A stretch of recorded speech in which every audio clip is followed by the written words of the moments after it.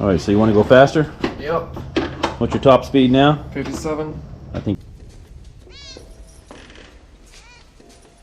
Oh, deja vu. I got this bitchin' A9 cam for it. Got that on AliExpress. It was usually a glitch in the matrix.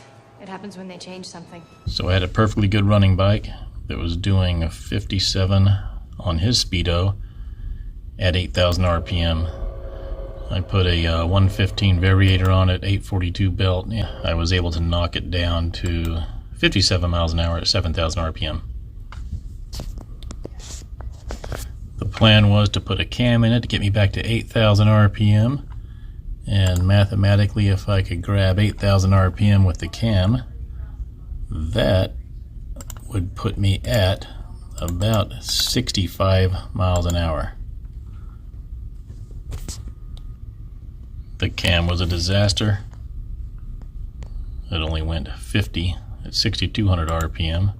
I geared it down by putting the 835 belt back in it. 835 belt and to gear it back down. Then the results were even more disastrous. So I put the stock cam back in it. Here's the larger variator is gearing it up, and it's lugging the bike. It doesn't have the power to get to even 7,000 or 8,000 RPM and get the original speed back. So I'm hoping to get that with the cam. So I've ordered a different cam for it. SSP-G A12. See what this one does.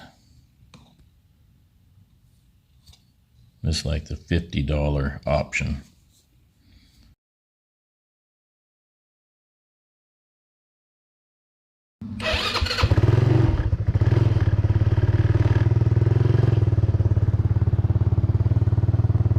Yeah, start it up.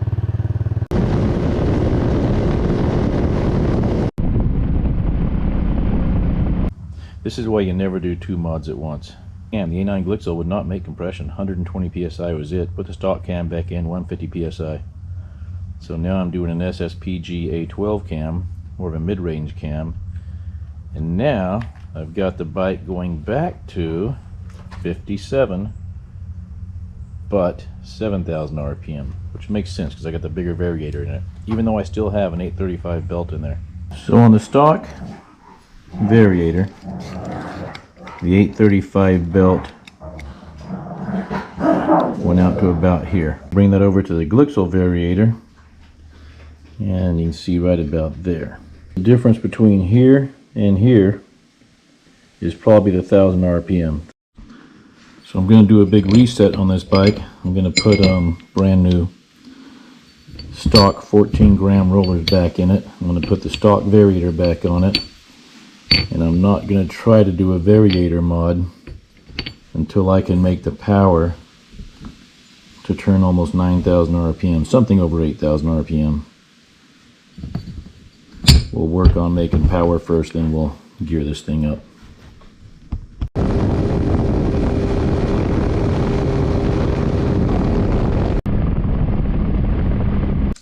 We reset the variator to stock roller weights, and yeah, it worked out good. 59 miles an hour. We made the RPM again. The RPMs were nice, so they're not too much, and I can still try to get more RPMs with maybe a carburetor.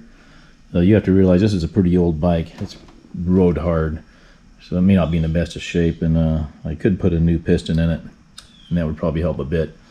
But yeah, 2 miles an hour for that cam. That's a good mod. It doesn't seem like much, but you're talking about a bike that does 57, so you know that would be like a GSX-R 1000. You know, getting a 6 mile an hour increase on a cam. That'd be a good mod. And so I think I would have got the 3 miles an hour, just like the Toyota T100 had I had the smoothbore carb on here, but I don't. I'm running the stock CVK. So with the next mod on this one will probably be a smoothbore carb, and eventually I got to put a new jug on it. I may try the 171 jug and piston with the stock head on this one to see if that works pretty good. But this is another example where the large variator in the 842 belt was not a performance mod.